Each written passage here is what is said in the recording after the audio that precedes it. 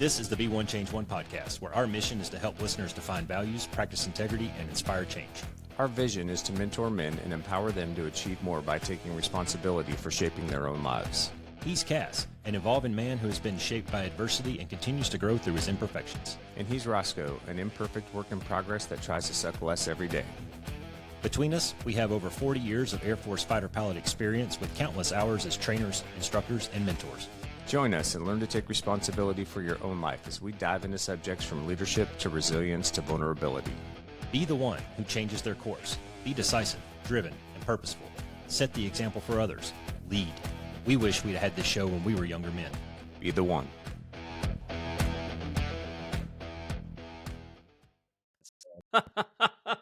Perfect. Yeah. That was unintentional. Just saying. Was it?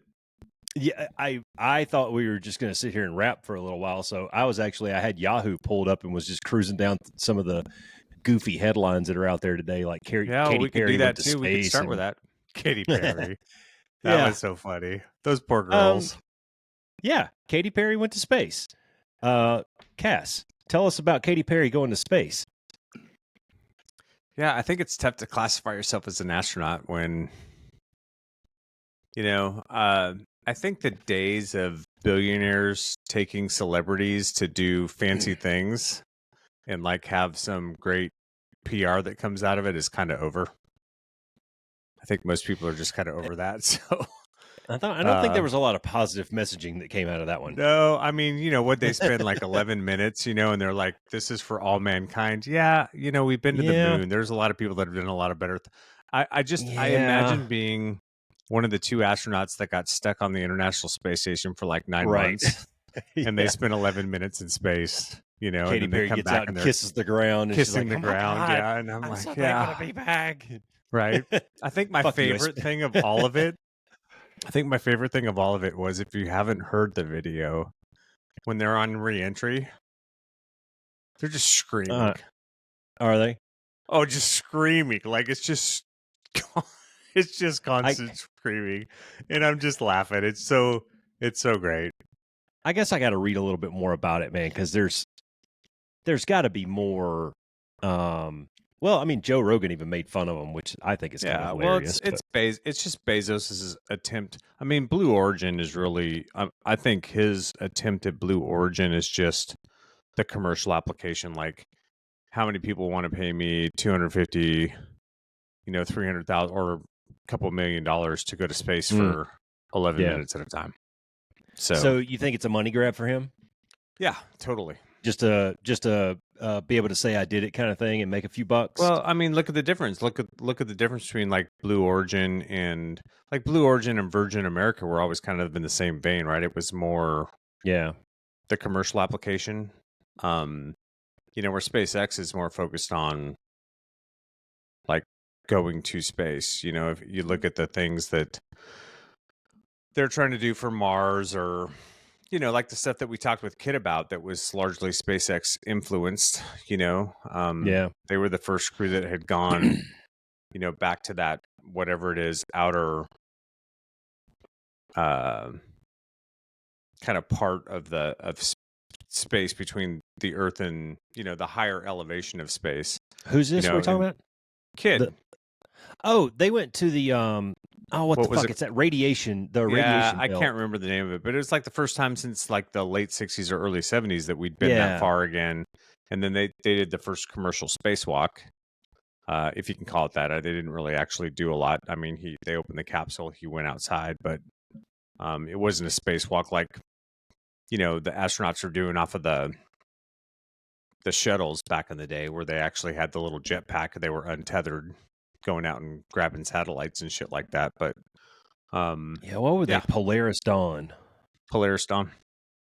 I'm looking it up right now. It was Polaris Dawn, and they went to that. I can't remember the damn name of it, man. I don't remember the name of the Van Allen radiation belt. Yeah, there you go. It hasn't that boundary hadn't been broached since we went to the moon. Yeah. So that's where they were going, because there's a lot of speculation. If you're in the camp that we didn't go to the moon, this is one of your big arguments, right? Is, well, how'd they get through the Van Allen radiation belt? And anyways, have you seen that movie? Oh God, now I can't remember the damn name of it. It's about how they faked the moon landing. Yeah, it had what's her name in it. That was in our Scarlett Johansson. Yeah, Scarlett. Yeah, I did see that. Yeah. That was a pretty good movie. I thought it was very interesting. Yeah, what was the name of that? I'm pulling it up right now. Flying the Moon is really good. Yeah. Channing Tatum was in it and played the director. And real world, like, so Katie and I had just went down there in December, and we sat in. You've been to Kennedy Space Center, right? Over where the Saturn V's are, down by the launch pad and all that shit. And you sit in the actual control room, and they take you through the launch sequence where the lights all light up at the certain times, and you got the voiceover and everything. Super fucking cool exhibit, right? And then you go and you watch the movie, and they were actually fairly historically accurate with all that stuff. Yeah. At least compared to the experience that we had down there at the Kennedy Center. I thought it was really neat. Yeah, it was a good movie. Which camp are you in? Did we go to the moon? Yes or no? Yeah, we did. You think so? Yeah, fuck, dude. They have pictures of the landing sites from things that are orbiting the moon right now.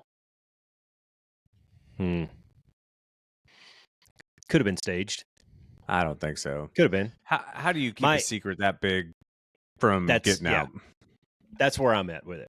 Yeah, is there's no way. I don't think that many people can keep that big of a secret, for that long. Yeah, it's just, no, we did that, dude. You know, like Abraham Ben Franklin says 3 people can keep a secret if 2 people are dead. Yeah, plus I think Buzz Aldrin, all those guys, I think those are guys that had a lot of integrity, and I don't think that they would live with a lie like that. I actually met the guy, God, what's his name? He took the famous photo. He was like Apollo 9 or 11. He took the famous photo of the Earthrise over the moon. So they didn't go to the surface. It was one of the Apollo flights that circled the moon. That stuff's legit, dude. He took that picture. I talked to him. Yeah. So he's anyways, we've been to the moon. Yeah. I don't know, man. I haven't dug into the conspiracy side of it enough to be able to make an educated argument to that side. Why would you want so to? I'm in the camp of, we went to the moon because that's what I've been taught and that's what I know. And until I know otherwise, like, people who have not gone down the JFK rabbit hole, they say, yeah, sure, Lee Harvey Oswald did it. That's easy. That's what the Warren Commission report tells us happened. That's what the mainstream narrative is. And why not? Why not believe that? That's what's in our history books. But then when you dig a little bit, you realize very quickly that might not be the case. Yeah, I think there's a little bit of difference between assassination of a president and all the things that were going on at that time versus the entirety of NASA and multiple missions and astronauts and the whole mechanism behind the Kennedy Space Center at the time, all of the things that were involved and going. I mean, it's just, I don't know, dude. Right, but consider the time of when all that was going on too, and how it's not terribly dissimilar than what's going on today. It's like, it doesn't matter if we were right; it matters if we were first. When you talk about the 24-hour news cycle, and getting out in front of some of these stories and Cold War shit. Then why didn't the Soviets stage it? I don't know. Why maybe they weren't that smart. Maybe thing from the Soviet maybe they didn't have the about capability. How they landed on the moon. I think the Soviets, generally speaking, the Soviets have overplayed their hand for a really long time. And maybe they just got to the point where, man, they even just better had nothing reason left. to fake it. If you're overplaying your hand. But if you don't have the resources for it, you don't have the resources for it. Maybe I guess you can go in your backyard and take a picture and say, there I was. But I don't know, man. I think that there's I don't understand. I don't understand the desire in our culture and society today to question and to pursue every possible conspiracy theory that exists in the world. I think most of it's bullshit. Like this whole idea that we can't trust scientists and educators and people that are that have spent their whole fucking lives in a particular domain, that are experts in that domain, and we scoff them with no expertise ourselves because some fucking Yahoo has a YouTube channel and claims to be an expert and pulls out all this erroneous bullshit, and people follow it. It's just, this is about to the get Earth juicy. flat, Roscoe? This is dude. Is the Earth flat? I teach. You remember Herm? Do you fucking right? wear pajamas in public, Roscoe? You wear pajamas in public now, don't you? Of course I do. I've told you and I'm going to get to pajamas in public when I tell you about the Pope dying. You remember Herm in the F-16, right? Yeah. What was the whole purpose of Herm? Herm the sperm? Herm the sperm. What was the whole purpose?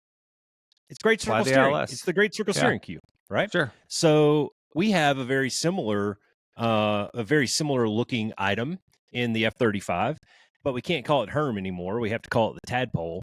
But I teach that class. I teach that lecture, and every lecture I've taught, for however long I've been working there, every one, I always ask the class, do I have any flat earthers in here? I swear to God, I'm going to get one day. A fighter pilot that's a flat earther. And to be fair, I have investigated that theory a little bit because I want to see what the argument is. And the amount of convincing that they have to do on themselves to believe that shit is terrible. Yeah, I'm at the point in my life where I don't even care what the argument is because it's just stupid. Like, it's not based in any kind of fact, science, reality, and I can't have conversations with people like that. That one if you can't base your shit. That one's pretty far out there. Factual data. Then there's probably not. What a about reason Bigfoot? To have a conversation. Can you sit here and talk to a Bigfoot guy? Oh, Bigfoot's real. oh, hold up. I'm from the Northwest. Where's all your evidence? No, I'm just joking. Who knows? That one grainy video of some dude in a fucking bear suit. Yeah, that's right. In like 1960 I'm from or the Northwest. something. Of course, Bigfoot is real. There's your cultural influence. I would love for Bigfoot to be real. I really would. I just don't think it is. Well, you would think with all the technology that we have now with trail cams and drones and all that stuff, like all the Bigfoot-looking people would have found some credible hard evidence by now.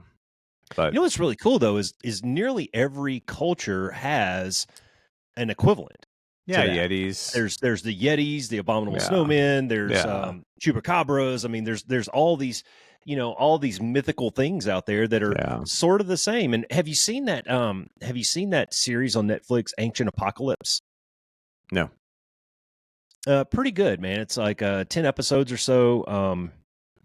Oh shit! Now I can't remember the name of the guy that did it. Anyways, he's been on Rogan before. If you want like a really detailed breakdown. But essentially, he thinks that he has found a pattern to these really advanced civilizations that lived about 13,000 years ago. And that coincides with about the last ice age / global flood.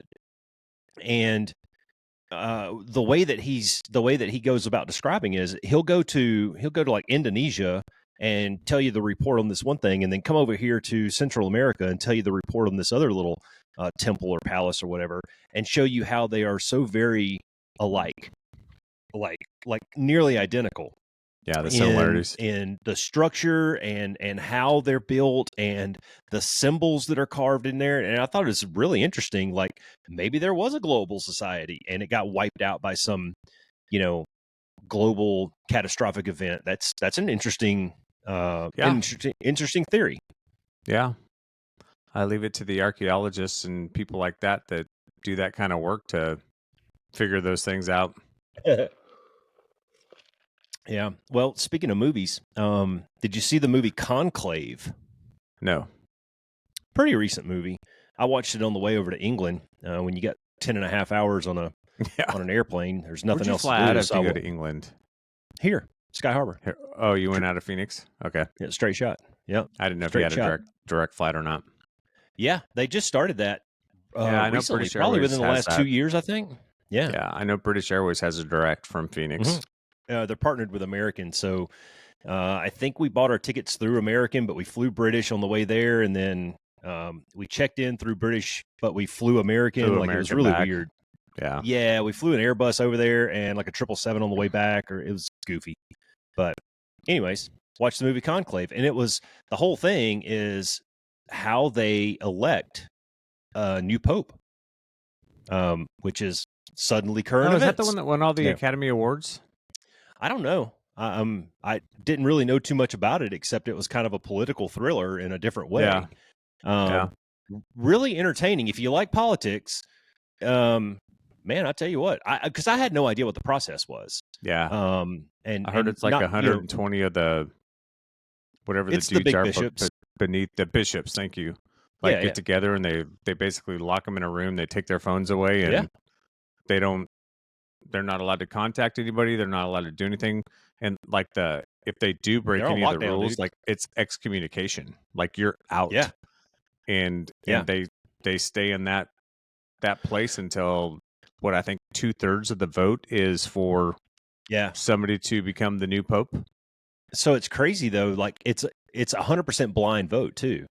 So each person goes up there to the little lectern or whatever, and he says his little prayer and folds his piece of paper up and drops it in there.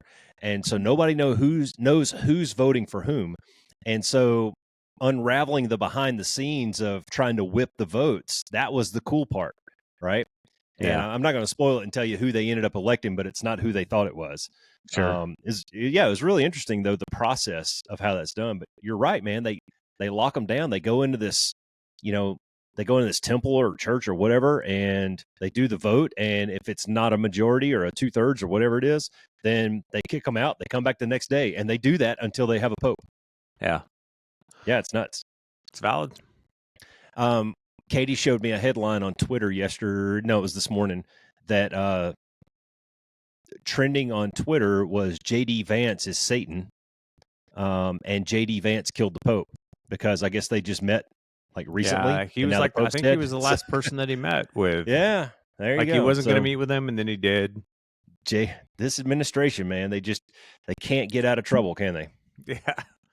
I saw the other day, just tanking 93%. The economy and killing popes left and right. Yeah, right. Amongst other things. Good Lord.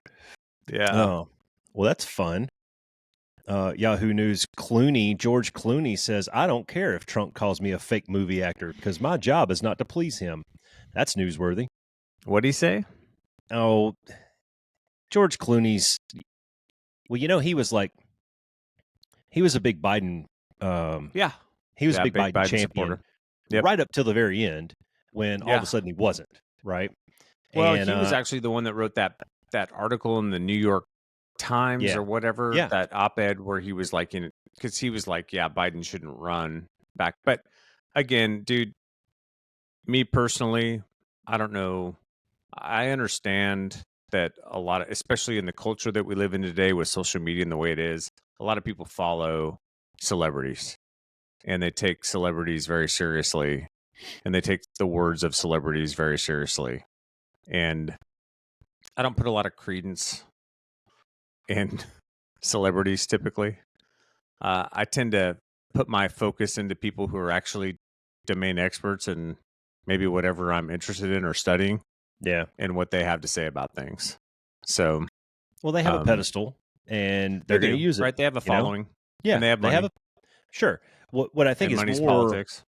What I think is more newsworthy in that whole discussion, if we want to go down that rabbit hole for a second, is, and he's not the only one. There were several who were champions for Joe Biden right up until the debate, and when they wheeled his carcass out on the stage, everybody just went, "Oh fuck!" And that's when those letters and shit started coming out. Yep, right? that's exactly when that when it started. Came out, and so everybody kind of saw the product that I think the Democrats. I think Joe Biden's team, I shouldn't say the Democrats, I think that the Joe Biden's team did a good job of hiding how bad it was. And then when they wheeled him out on that stage that night, they probably pumped him up with fucking methamphetamines and I don't know, muscle enhancers or some shit. Not enough. To get him to stand up for that long at a time. But I think the entire nation kind of looked and said, dude, what the fuck? That guy's dead. Definitely. He's dead. Yeah. And well, I think you could just see that there was clearly cognitive decline, right? He was, the dude's, what was he at that time? 82 or something? 81? Younger than Trump. So I think, well, not anymore, I don't think. But, well, I mean, obviously Trump will always be younger than him, but Pretty I think sure that's Trump's not the how age works, but oldest okay. president now. I'm a total ageist when it comes to the presidency. If you can't get I elected, agree if you with can't run for president until you're 35, I think there should be an age limit on the top end for Supreme Court justices, Preach. for senators, for congressmen, for presidents. I mean, you know what's not ageist is fucking biology. And it comes for all of us. And there's a certain point where, especially in the most important role, in the most important position in the world, I mean, could you imagine the grind? Just the fucking daily grind of being the president? Like, dude, name me one president that came out of that office looking that doesn't look like he did 20 when he years went older. in. Yeah. Seriously, man. They look like they're fucking meth addicts when they come out of there. They all get white hair by the end of it. I mean, Trump's even telling going white. Dude. He's not even blonde anymore. Like I mean, his Obama face is still went orange, in there but... a young man, and he came out old as fuck. Yep. Yeah. I mean, no, I agree with you, dude. Man. I think age limits. Gosh, man, I can't. And you know what's even? Let's just go to a human, just like a human family aspect. Never mind that you're too old to fucking do you can't handle the rigors and the requirements of that job. But let's just step back and let's go to a family aspect. Don't you just want to sit around and be a grandpa for a little while? Yeah. Well, like, Roscoe, let's take this into account, right? The FAA mandates that at the age of 65, I have to retire as an airline pilot. My job is way fucking easier than being the president of the United States. Yeah. Well, you got a whole 300 people that you're responsible for. Yeah, right? Yeah. I've got a whole 150 people behind me that I'm responsible for. Like 65, right? Like, and, you know, I'll tell you what, dude, there's captains that I fly with who, 62 probably made sense, right? And then there's other captains that I fly with that are like, dude, they could go for another 20 fucking years. They're 65 and you're looking at them going, dude, you look 45. You're in awesome shape. You're super sharp. You know, I mean, it varies so much, but like they did the same thing to Reagan, though. They did the same thing to Reagan at the end of his, and Reagan might have been just a little bit worse because he was losing time. Like he didn't know where he was half the time. And I mean, I guess you can make the argument that Biden didn't either, but dude, that's like, go live on your ranch, man. Go fucking ride your horse. Go fish with your grandkids, you know? Yeah. Like just fade off and like, I mean, you look at the top 15, 20% age wise of our Congress right now, both houses. And dude, they're like in their 80s, man. I think the average age in Congress is like high 60s. Seriously. Which is 60, why we're so fucked up, dude, because we still have boomers trying to run shit. We need to square that corner. And this is what, I kind of you made won't this. like it when we square that corner, though, Roscoe. Because generations behind them are way more progressive than you are. I might disagree with you a little bit on that because, well, no, I won't. I'll say they are more progressive. And let's go back to that discussion that we had about the Overton window shifting. All right, fine, right? But I think it's equal still on either side. I think young people, there's conservative young people and there's liberal young people, and I think it's going to be a great debate. What I'm really itching for, though, is new solutions to old problems. And now we can get into a discussion about who created these problems and why, and the decisions that were made 20, 30 years ago that we're still dealing with now. That's fine. But until we get a new crop of, say, fresh, innovative people, innovative thinkers in there to come up with some new solutions to this, who aren't afraid to break an egg to make an omelet occasionally for fear of, pissing off somebody or giving away my nest egg or whatever it is, why these fucking geriatric septarians or septuagenarians are doing whatever the fuck they're doing, right? I'm really looking for, and I use NASCAR as an analogy of this, right? Now, NASCAR right now for the last 2 or 3 years is a great metaphor, I think, because you've got 4 or 5 drivers that are 40 plus, and then everybody else is down in their young, early 30s, late 20s, right? Those drivers are the ones that are winning every week. Those younger drivers, the old guys aren't winning anymore. They're just hanging around. So fucking retire, dude. Get off the track and let's get some fresh blood in here. Let's give it over to the next generation and let those guys start winning. Yeah, I think there's some credence to that. I think the difficulty about that to a certain extent is that's not how politics works. Oh, I know. I don't mean that in the sense of younger people can't get elected, but you know, here's a perfect example. Remember when Blake Masters was running for Senate in Arizona a couple years ago? Yep. And I think who did he run? I don't even remember who he ran against, but it doesn't matter. May have been Mark Kelly. And his campaign signs were like, I will bring military to the border, right? I'm going to do X, Y, and Z. All these very sharp statements, which smart politically for a campaign, right? Completely unrealistic, because when you're a freshman senator or a freshman congressman, you have no relationships built. You're not a committee chair. You don't even rank in the caucus per se. Like, you have no influence. Like, it takes time in if you're making a bunch of promises as a freshman congressman or a freshman senator, you're either blatantly lying to people or you have no idea how the fucking process actually works. Because the people that hold power in Congress are the committee chairs. You can talk all you want about the majority leader and the Speaker of the House or whatever. The people that hold power are the committee chairs, because committee chairs determine what gets voted on in committee and what actually sees the light of day on the floor. And it takes time. You have to play games. You have to play by the rules in the caucus and have enough staying power, especially as a congressman where you're up for election every 2 years, to do good things for the caucus in order to get elevated to be somebody like a committee chair, right? And so people think that they're going to go in and make all these changes and do all these things, but they get there, and if you're in Congress, you're one of 535 or however many it is, and none of them, except maybe the few people that you've rubbed shoulders with in the state that you got elected from, and it takes time, dude. It takes time to build relationships and trust and influence, and to have a voice in the caucus. And it just so I think that sometimes is why you see some of these older folks hold on for so long, because it takes them, it can take them so long to get there that once they're there, they just can't let go of it, right? They just can't let go of that power and influence. It's the power. Yep. Gosh, I have so many thoughts on that. I have so many thoughts, man. Follow the money. And part of the problem is, and this goes back to a conversation that you and I have had before too, and what we really need is a constitutional amendment for term limits. Yes, because one 100%. Of the issues that we have is when the founders established this, they didn't think that there would be career politicians. Nope. They didn't think there would be people that served for 30 or 40 years.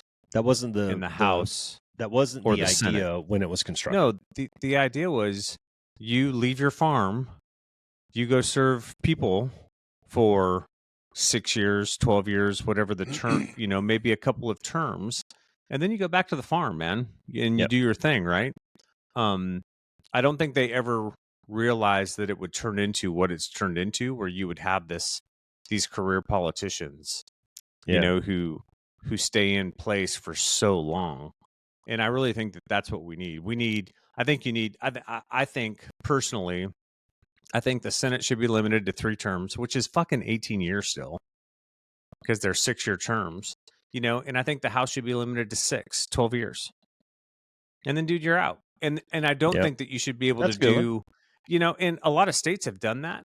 But what states don't do, and you see this all the time, right, is states have term limits. And so somebody is a representative in the House and they come up against their term limit. What do? They run for Senate in their district. Yeah. That's why I think there should be an age tacked onto there as well. You got to knock that shit off too, right? It's like, dude, you serve your term, you go away. You had your opportunity. What do you think the over and under is that could actually pass? Oh, it never will. I don't think it'll ever pass. Nope. Well, I mean, maybe. Who knows, right? Now, that would mean that people would have to be more patriotic than they are selfish. And I just don't think maybe that's the just case have right a little now. fucking integrity in the process. Yeah. And I don't know that that exists. I don't think we're there. Dude. No, I don't think we are either. Oh fuck! I had a thought, and it was along these lines, and then we got off talking about fucking age limits and whatnot. Yeah, we should definitely. Maybe it'll come back. Maybe cap it. Maybe it'll come back. Maybe it won't. Because you see it on both sides. Well, like you got McConnell stroking out in a wheelchair. You know, you got Feinstein who didn't. I don't think it's on both sides, right? You had Feinstein who didn't show up for like fucking 2 years to a committee meeting. She was dead. She was dead, and somehow she was still voting, right? Like, you've got Biden having cognitive issues. It'll eventually hit Trump, especially if he decides that he's going to be a third-term president someday. Which, again, we can talk about that in the legality of that if you want. I don't know if that's. I don't know if that's even. Well, okay, I know what I was going to say. I was listening to this podcast a few weeks ago, and they got off talking about some of the ancient Roman emperors. And I got curious, because I took world history when I was in like 6th grade or something, and I don't know shit about Roman history. So I went and started doing some reading, and I'll admit it was just Wikipedia. It wasn't terribly deep. But the cool thing about Wikipedia that I like, though, is hyperlinks. You just click to the next thing and click to that looks interesting, follow that.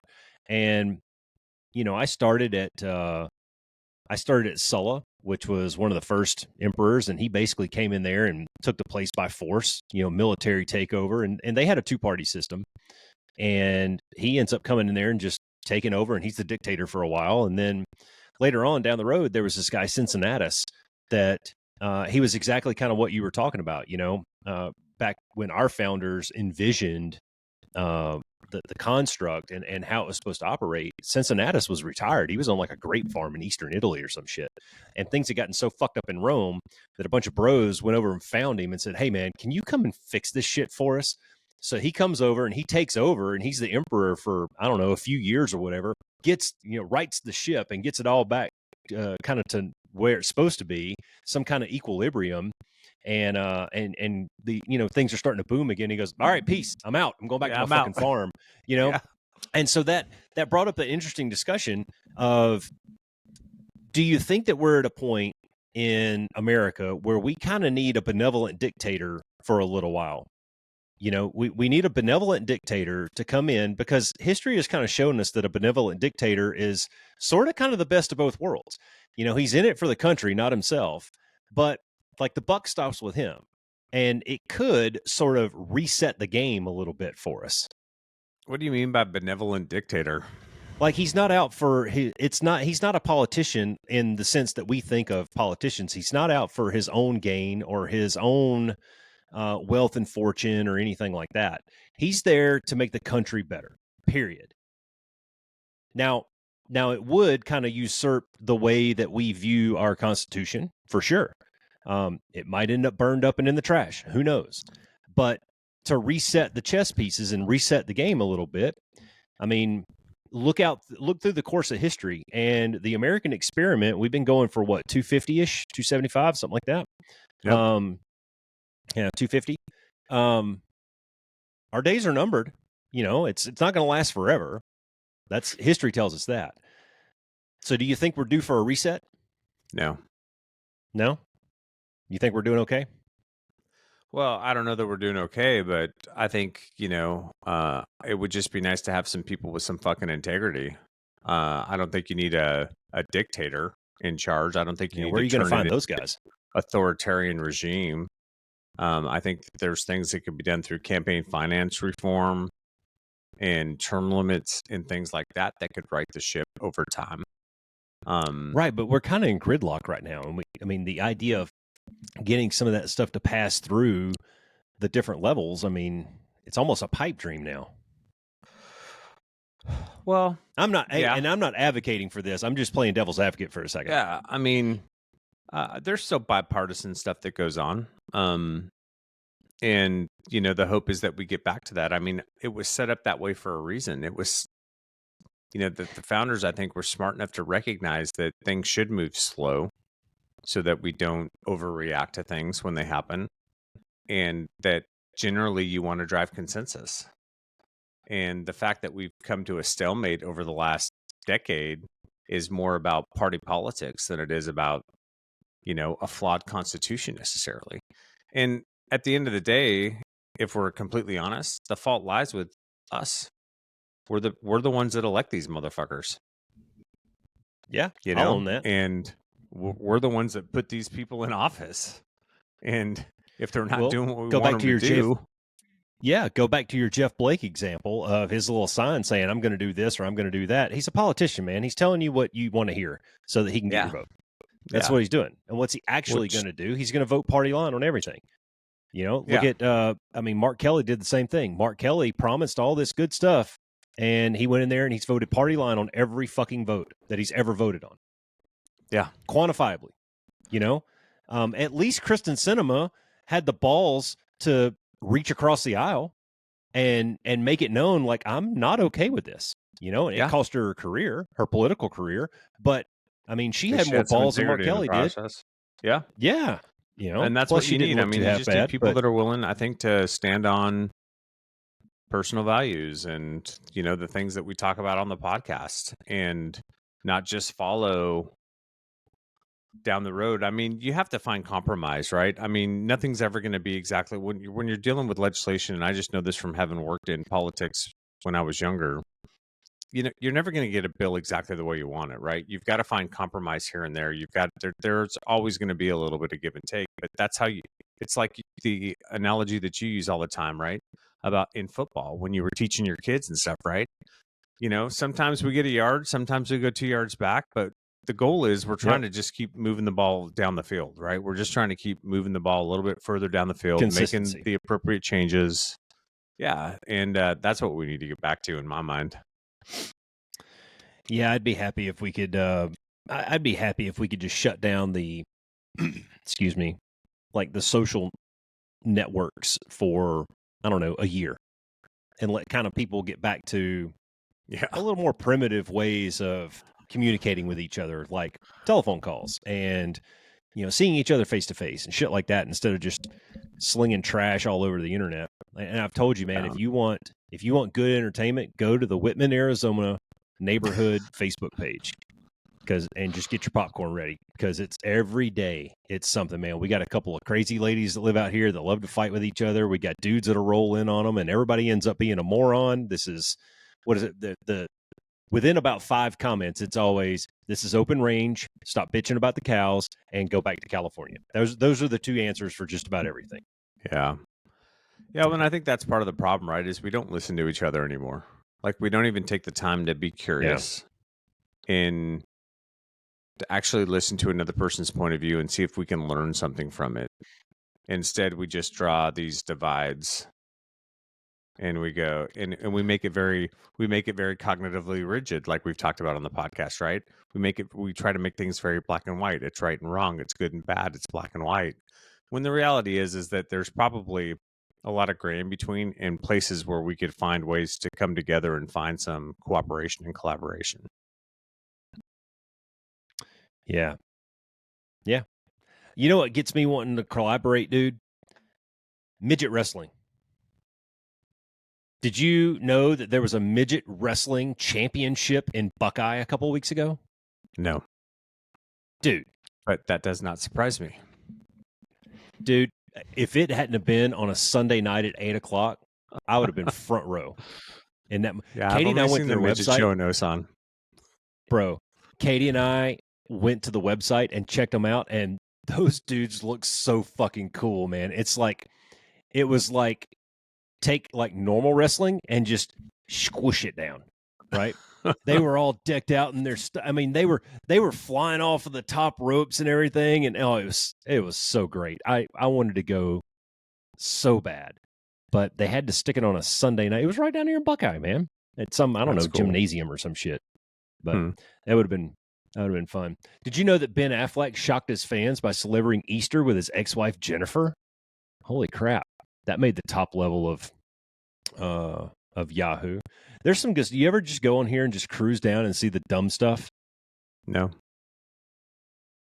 Dear Abby, my husband expects me to take care of his elderly mother. It's called being part of a family, you dumb bitch. Sorry, I digress. Is it though? Speaking of families, what's that? Is it though? Well, is it your wife's responsibility to take care of your elderly mother? I don't think so. If I'm the one that gets up and goes to work every day, then she can do that. Why is that? Why is that her responsibility? When Katy hears this episode, we're going to have.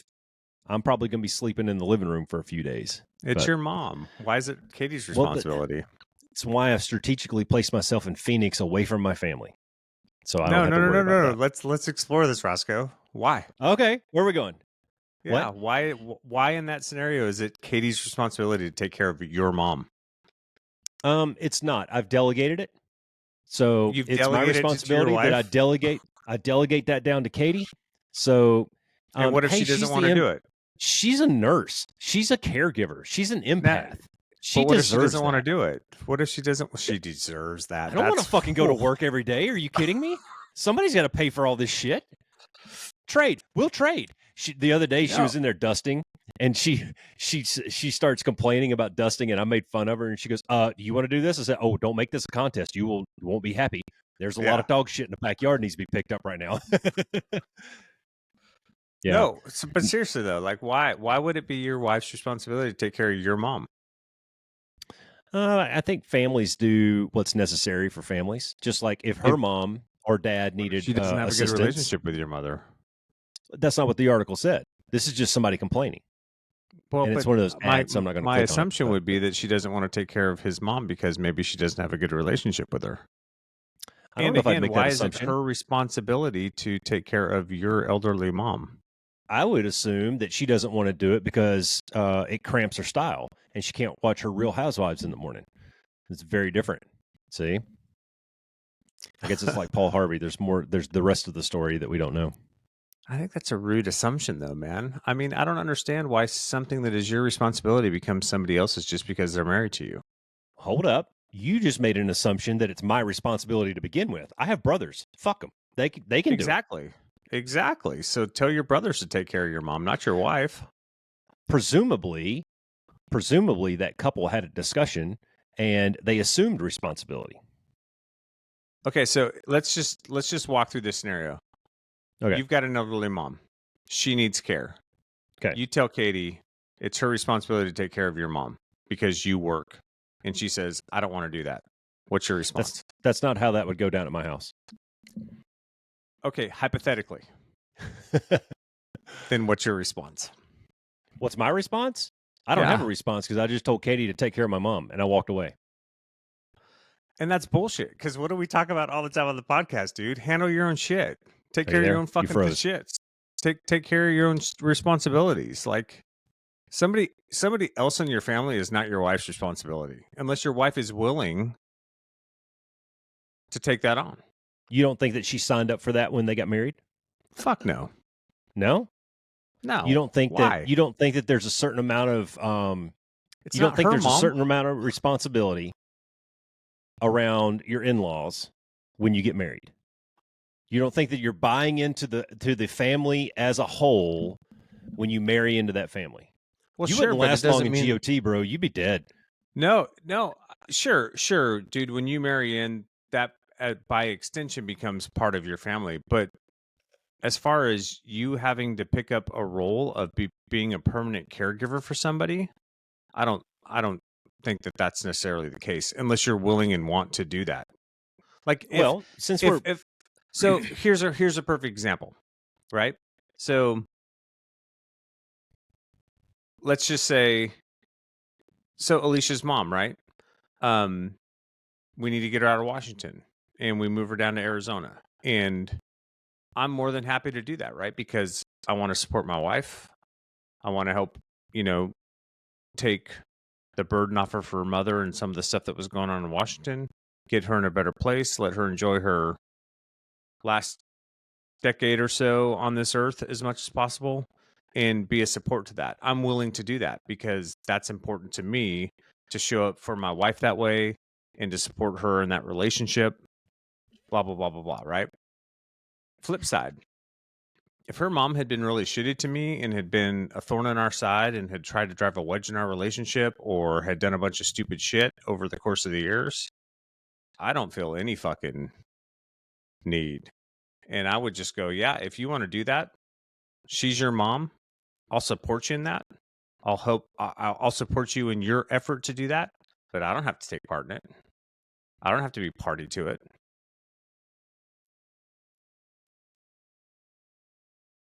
Why would I? Way to make me feel like shit, Cass. Appreciate that.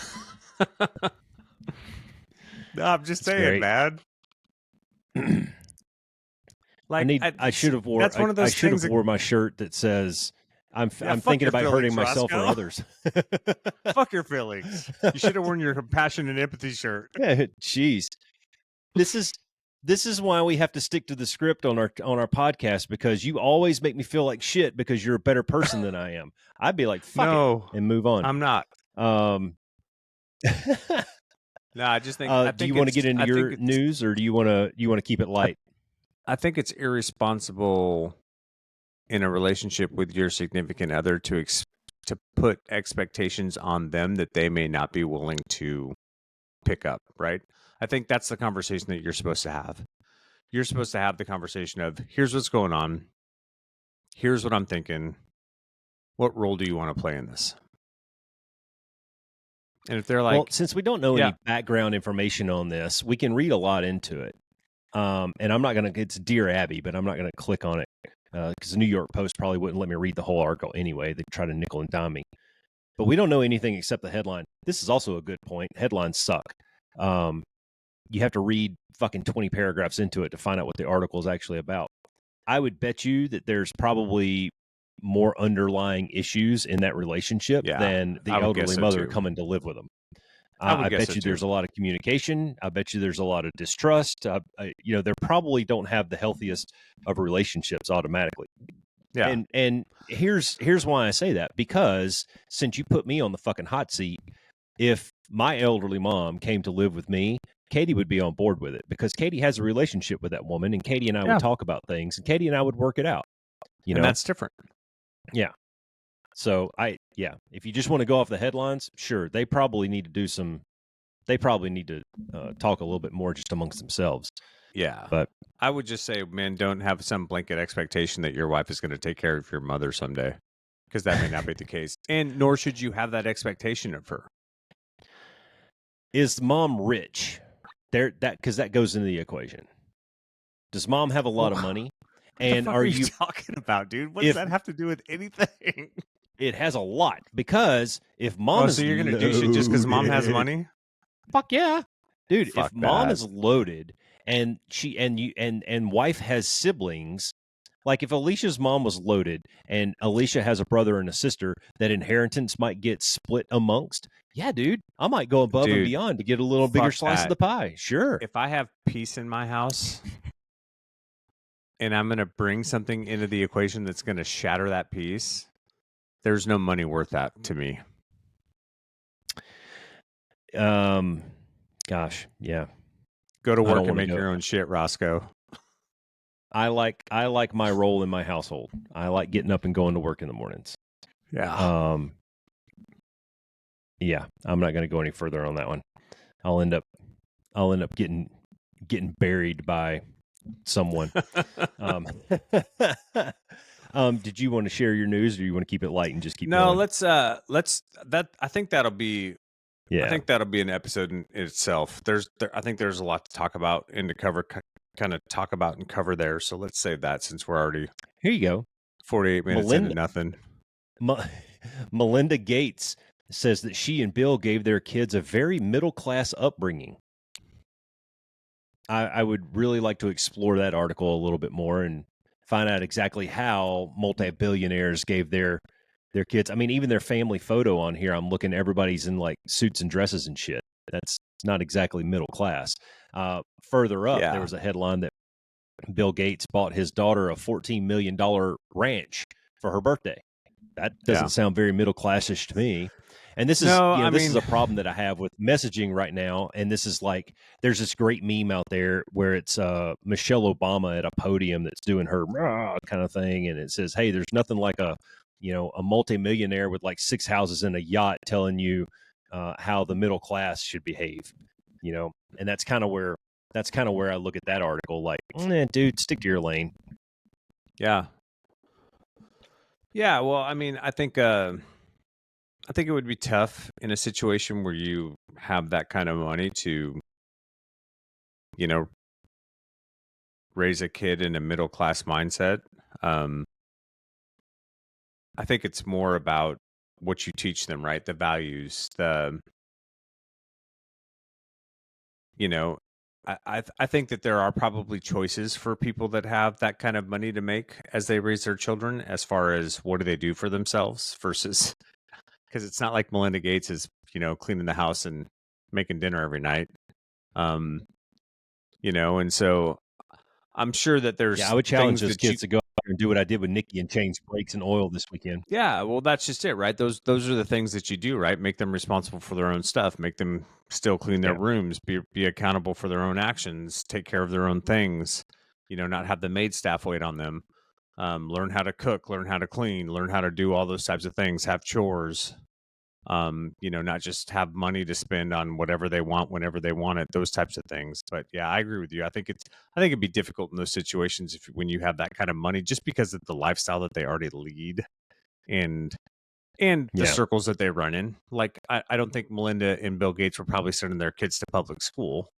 You Probably know, not. so uh I think all of that has influence, but I think you can still try to create, you know, scenarios that teach your kids to grow and to understand life in different perspectives. Um, but yeah, I would tend to agree with you on that one. I think it would be a little bit tough. Did you see that the Hill? There were 2 reporters from the Hill that wrote a book about all the cover-ups and stuff about around the Biden's health thing. I haven't read it, but I hear it's I very interesting. I heard too that like Jake Tapper, who I think is an anchor on CNN, is coming out with a book about a bunch of research that he did around all of the cover-ups that Yeah. had gone on, and especially in like the last 2 years of the Biden administration, around just how much his health had declined. Yeah, I'd be So interested to get my hands on. I might see if I can find like an audio version of it on YouTube or something and check that out. just That's another pretty reason cool. to have age limits at the top end as well. Yeah. Yeah, for sure, man. And you know, I found it interesting earlier. You said something about you don't understand why people go down the conspiracy. What's that old saying about the only difference between the conspiracy and the truth is just a little bit of time? Something to that effect. I'm obviously paraphrasing, and I probably don't know what I'm talking about. But I think given enough time, the truth kind of just ends up bubbling up. You know, that I agree. cream rises to the top sort of analogy. I But agree, but I have think that you done any around the 9/11 events and all that? That's an interesting one. I haven't gone completely down that rabbit hole, but there's some interesting, I'll say, conflicting information around that one. yeah, I mean, I guess my point in the point I'm trying to make is I think that social media and, you know, the amount of influencers we have now and the access to information being the way it is, I think we've gotten to a point in this country where when a majority of experts in a field go, this is fucked up, we scoff at it. You know, like you can take global warming as an example, right? When the majority of environmental scientists are going, hey, dudes, carbon emissions are a little bit out of control. The earth is indeed getting warmer. Like the polar caps are melting. These are some of the possible effects that can happen to that. And then we go, it's all bullshit. Yeah, Largely I see divided that. on political lines. Like it's like, Yeah. come on, right? You know, the whole vaccine thing, right? So I can understand. I think when you and I grew up, you know, we probably got 12 to 20 vaccines over the course of our I don't know. I took infant, anthrax, toddler, for crying out loud. adolescent stages, and now I think there's like 72. So has it gotten out of control? Maybe, Yeah. and we can have a debate about that. But like the whole measles outbreak, and the fact that we have people who don't believe that these things work when, you have decades of research that proves that for the vast majority of the population, they're very effective. It's just like, what are we fucking doing, man? Yeah, I get that. Where does it stop, though? What do you mean? I guess that becomes well, I mean, in the example that you just gave, I don't know how many, I guess I could Google it real quick and find out how many vaccines kids are getting, between their birth and say, adolescence. By the time they hit puberty, it's probably a good cutoff, but I'm sure it's more than what you and I got back when we were kids. Yeah, I'm sure it is too. And so what's, like where's the cutoff? Where do we say, you know what, that's enough? Like we're good. We're vaccinated against enough stuff. When do we do that? Because so far we haven't, obviously. And I think that there's an interesting correlation when you start just surface reading on it. And again, I haven't done a deep dive into this, but when you surface read on it and you see some of the comparisons that they're making to like autism and cancer rates and shit like that, I think it leans some credence to we might want to take a second look.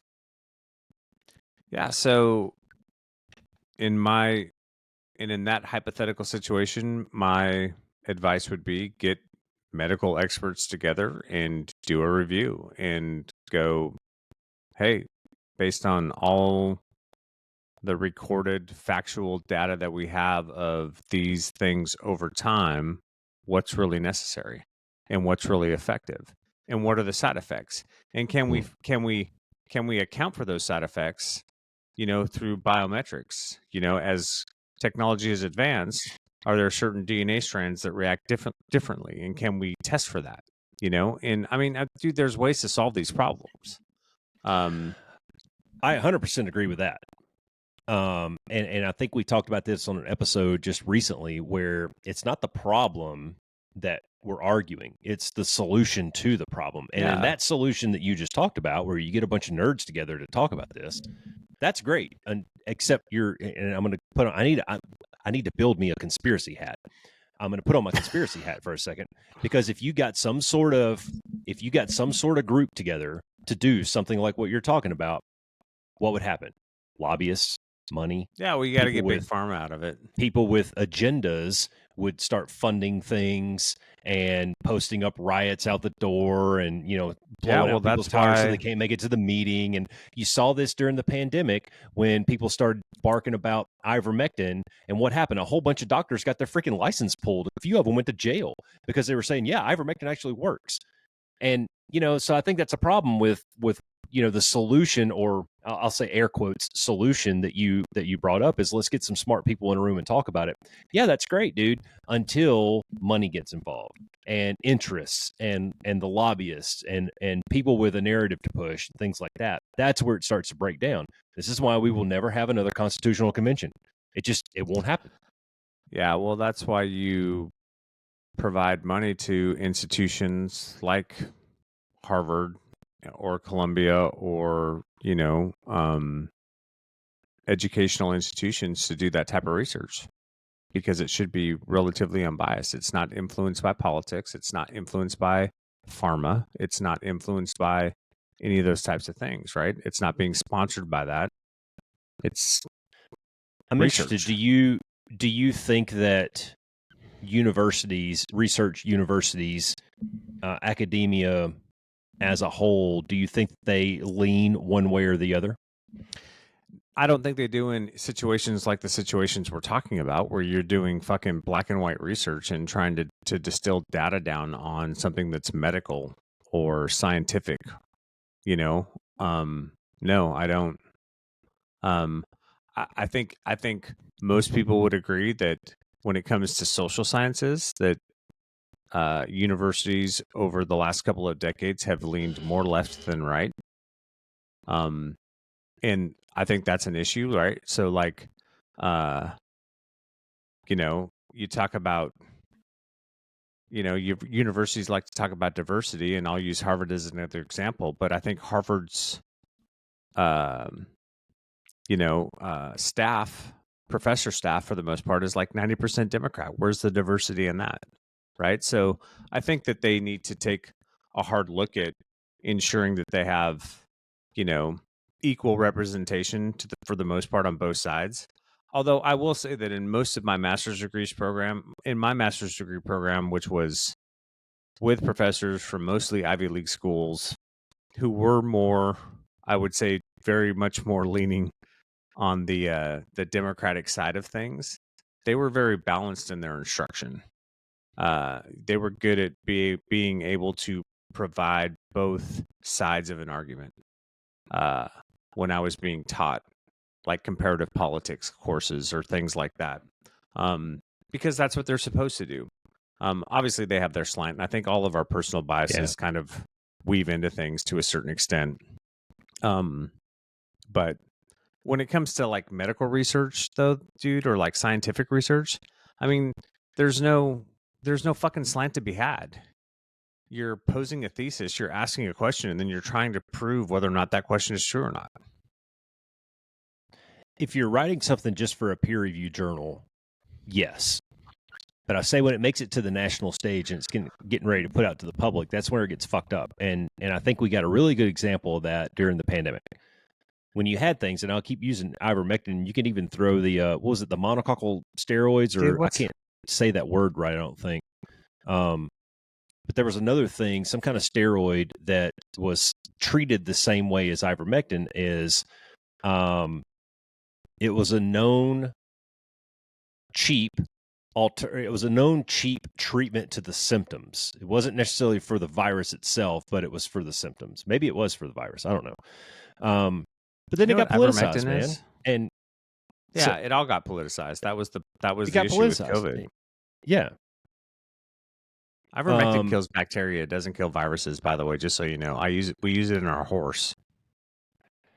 Well, but that was wasn't that the that was the narrative, right? It's a fucking horse dewormer or some shit. It is. Yeah, it's and that's why I was just trying for horses to kill bacteria in their gut.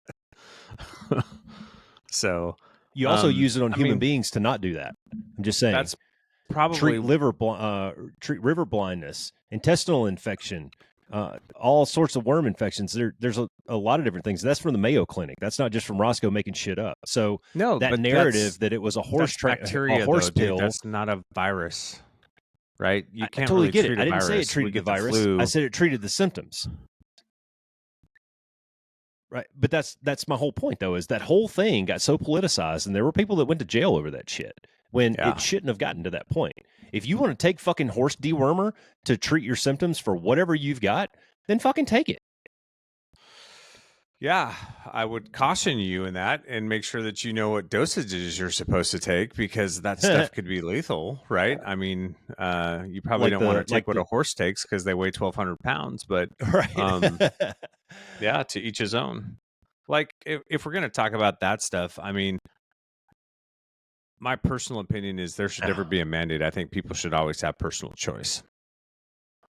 That said, I do find it interesting that a lot of times people who are so anti-vax are typically Republicans, and the vaccine was created under the Trump administration. Like, he's the one that green-lighted warp speed. He's the one that pushed through the mRNA vaccine. I haven't seen any credible evidence through peer-reviewed research that mRNA does anything to your DNA.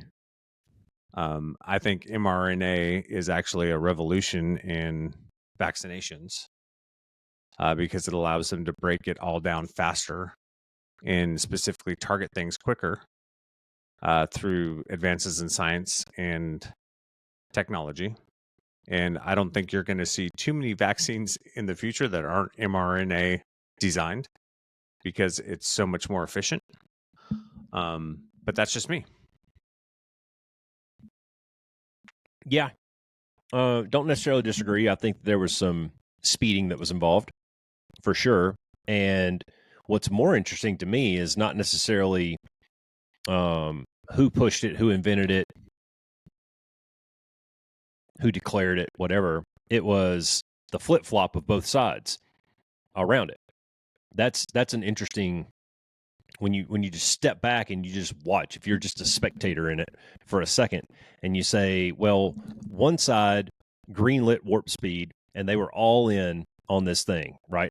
And even in the presidential debates that year, there was bickering about it, right? And then all of a sudden, Joe Biden gets elected, and the scripts literally flipped overnight. It was hilarious to me. And when you step back and you look at it, you go, well, why is that? Why would that happen? It's because somebody somewhere else with a shitload of money to make was pushing the narrative. Like, it doesn't matter who's in the office, green, blue, red, who cares, right? We're in it to make money. So we need that person, that figurehead, that person who's at the podium to push a narrative for us. How did they flip? I don't remember that. The blue side was wholesale against the vaccine because Trump greenlit it. And then when Biden won, now they were all in mandating it. And the Reds went from being behind it because it was a Trump thing to, fuck no, we're not doing it. And that's where, that was the flip. Like you said, literally exchanged scripts. It got politicized instead of us just doing the right thing. Yeah, awesome. But that's why it's funny when we talk about conspiracy stuff. And man, there's just a lot of fuckery that goes on. There's just too much fuckery that goes on. And regardless, you said it before. You got a freshman congressman that goes up there. Who's one of the first meetings he's going to have when he shows up? He's going to meet the lobbyists and how he can help those guys. And that push and that pull and that give and that take, and I'll help you with your bridges in your district if you give me a vote for XYZ, and that's unfortunate that there's that backdoor shady fuckery that goes on, because here we are. I mean, we can't get anything passed of any real significance now. You don't have that bipartisan line anymore. Like, dude, after 9/11, that was probably the last point where we were really able to work together. We had a common rally cry 24 years ago. Where's that rally cry now? Where's that flagpole that we all get around now? Yeah. Well, there isn't. I don't know that it exists. Everything's separated along party lines right now.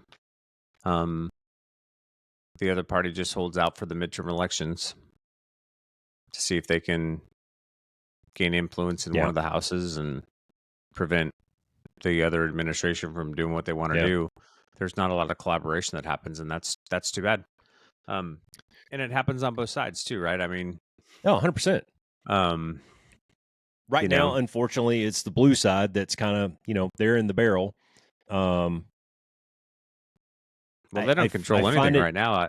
Trump should have no issue passing anything because he's got Republicans control the House and the Senate. Yeah, they should be able to. They should be able to just force things through to a degree. Yeah, and I think it's funny that the Chuck Schumers of the world, their narrative right now is stop Trump, not hey, let's figure out a way to make this work. We got a couple of years. We got to figure out how to make this work for a couple of years. But the narrative is stop Trump. Well, what if he's got a really good fucking idea? I mean, he's not a complete idiot. He's a president, right? You don't get to be president by being a fucking moron. So what if he's got a really good idea? You just going to say fuck Trump? Like, what if he, I mean, and I can't. Anyways. And if he does, I would encourage. I think what's broken right now, though, too, is and this isn't necessarily Trump specific. I think a lot of other presidents have done this as well. I think he's done it more than others for sure, especially in this term. But the executive order piece of it, right? I'm just going to bypass having to find any sense of cooperation or collaboration between Congress or for Trump, even the judiciary. And I'm just going to fire out executive order after executive order, and we'll see what sticks and what doesn't. We'll see what wins in court and what doesn't. And I think that's an issue because it kind of prevents that collaborative process from even taking place but I agree with you. If he has a great idea, then they should collaborate around it. I mean, there was a bipartisan bill that they passed around immigration that never made it to the floor of the House because it was an election year. And I think it would be great if Trump would revisit that and see if it's something that he would be willing to sign into law, or if there were some things around it that he wants changed, that they could go back to the table on and have conversations and, make amendments to the bill and get it passed through. Because I don't think anybody will argue that he's done a really good job on the immigration front as far as preventing illegals from coming across the border. But it doesn't fix the underlying issues that we have with immigration around, the court system and how quick we can adjudicate asylum issues and all of those different things that take place. And maybe there's some things that he's done now, like the stay in Mexico policy or things like that, that just need to be codified. There may be some things that they've actually done from an executive standpoint that just need to be codified into law to kind of help fix this issue and streamline it and make it work so that it's not this huge fucking debate. But I'll tell you what, neither side wants to give that up, because both the Republicans and Democrats can go to their base every election year and jump up and down on their soapbox around the immigration thing, which is why nothing ever gets done, or part of the reason why things don't get. I'm looking at so I just Googled how many executive orders have the presidents has each president gone, and it goes all the way back to Richard Nixon, and the president who gave the most executive orders was Ronald Reagan, and that was over 8 years. The second, and then it has it broken in. It has a column that says average executive orders per year, and that winner is Jimmy Carter by a long shot. He gave out, over 4 years, he gave out 320 executive orders, and that's 80. That's an average of 80 per year. Trump's given out 220. In 90 days. And here's years as president. So 4 years and 90 days. Yeah. His first, counting the first 4 years, and then up and then this, however long. Where are we at? 100 days yet? I don't know yet. So 220. Yeah. So, anyways, that's really interesting that that construct is not new. However, it's one of those things that we can throw out there now and make it make it a pivot point, or make it a discussion point. You want to you have to choose a side point. If you want to get constitutional or historic about it too, it's really the fact that the executive is able to do it to the extent that they do now is really because Congress has abdicated its power to the executive over and over and over and over and over again for like the last 4 decades. Because Congress typically wants to focus on domestic policy because that's what's going to get them reelected, and they defer foreign policy and a bunch of other shit to the executive when constitutionally they still have a role to play in that. And like with tariffs. So yeah. Oh God, here we go again, tariffs. Yeah. So which that's a whole different conversation. And I don't know if you want to go down that road or not, but we've been at an hour and 12 minutes already, and we haven't really talked about anything. So that's good. That's feelings, Roscoe. Well, that's a record for you though, for the guy who doesn't like chit chat, to be able to sit here and just fucking converse for an hour and 12 minutes. I'm proud of you, man. That's good. Yeah, I told you I don't mind chit chat with people I like. I'll break you out of your shell. Well, we'll get Francis on. Nobody likes him, so we'll get him on and see if we'll see if we can chit chat for an hour and 12 with that cocksucker in the room. All right. Anything else? Any rants that you want to go on real quick, like pajamas? No, I would just say for everybody out there right now, like, I know things are kind of tumultuous. And we've talked about this before. I would just, like, I think in the medium and long term, things tend to work themselves out. Like, I think our Constitution is strong. I believe in America. I believe in the process. And I think all of these things will eventually work themselves out. And I would just encourage folks, don't just validate where you're getting your information from. Like, try to get stuff from valid resources. Try to read articles from people that are actually domain experts and find out where consensus lies in those things. That'll typically give you a better read than just listening to whoever you listen to. Whatever influencer you're watching memes from on Instagram, or whatever dude you follow on the dark web, or whatever conspiracy you're running down the rabbit hole on, Roscoe. Just balance it against. I've got 2 or 3 that I'm going down at any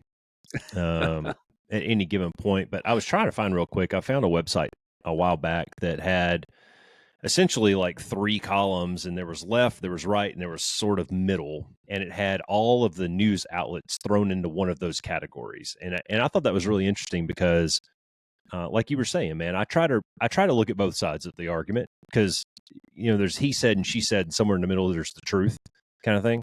And so Yeah. I try to pick a couple from each side and go and try to find the same article and see what the spin is, and then maybe try to find one in the middle that's just doing the reporting. It's very difficult to find, but I think if you can, stop. I mean, we kind of proved tonight that just reading headlines is sort of bullshit. Yeah. But if you can kind of get down into the meat of it. Also, Yahoo is very left-leaning, and if you're getting your news from a place like Yahoo, I would encourage you to maybe find a different outlet, because it's more entertainment than news. And anyways, like you said, man, scratch a little bit deeper, or this is my advice overall, just keep scrolling, dude. Just keep scrolling. Just what? Move on. Yeah. Just keep scrolling. Yeah. Just move on. Stop thinking about it, because I know I have family members who, man, they fret over this shit. Like, oh my God, did you hear about? And I finally had to throw out to them, I'm like, dude, I don't watch the news. Like, I read a few articles here and there. Something catches my eye and I might go read a little bit further, but I stay out of it for the most part until, you and I have some sidebars where you'll bring up an interesting point or I'll bring up a point, and that gives me a reason to do a little bit of research. But I don't fret over this shit, because like you said, man, we're going to endure. We're going to be okay. Agree. I agree with your previous statement. Like, the truth, it will eventually come to the top. And I think it's hard right now to stay engaged because a lot of it feels overwhelming to people. But if it's important to you, stay engaged, but don't fret, right? Like, it's all going to get figured out eventually. Like, the truth is going to come up to the top eventually. If we had a prediction section, I would guess that, was it April 9th when he announced the tariffs?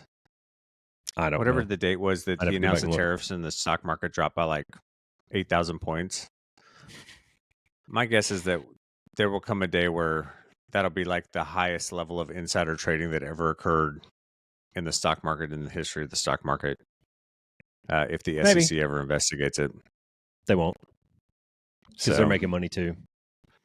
Oh, they will. They just can't right now because Trump's in charge. But and you know what? If a Democrat gets in office, they might.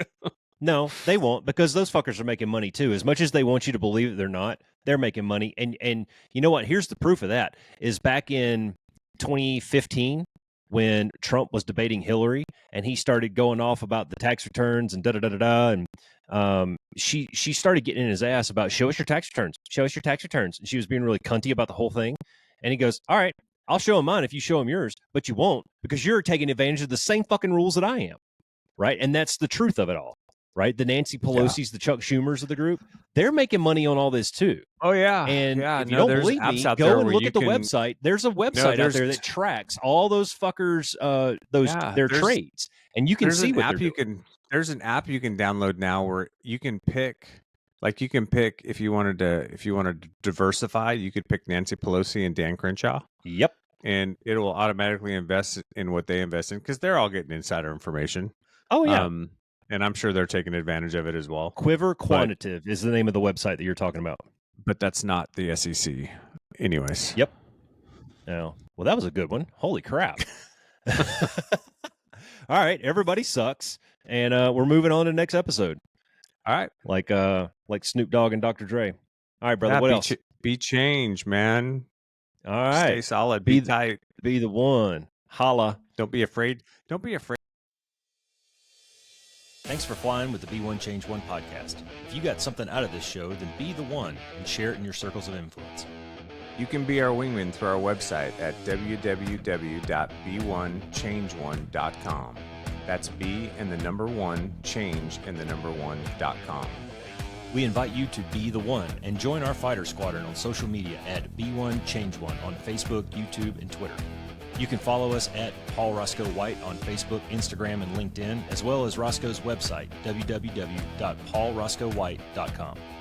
You can email us from the website, and please leave comments, share, and ask questions, or leave ideas of things you would like to discuss on future podcasts.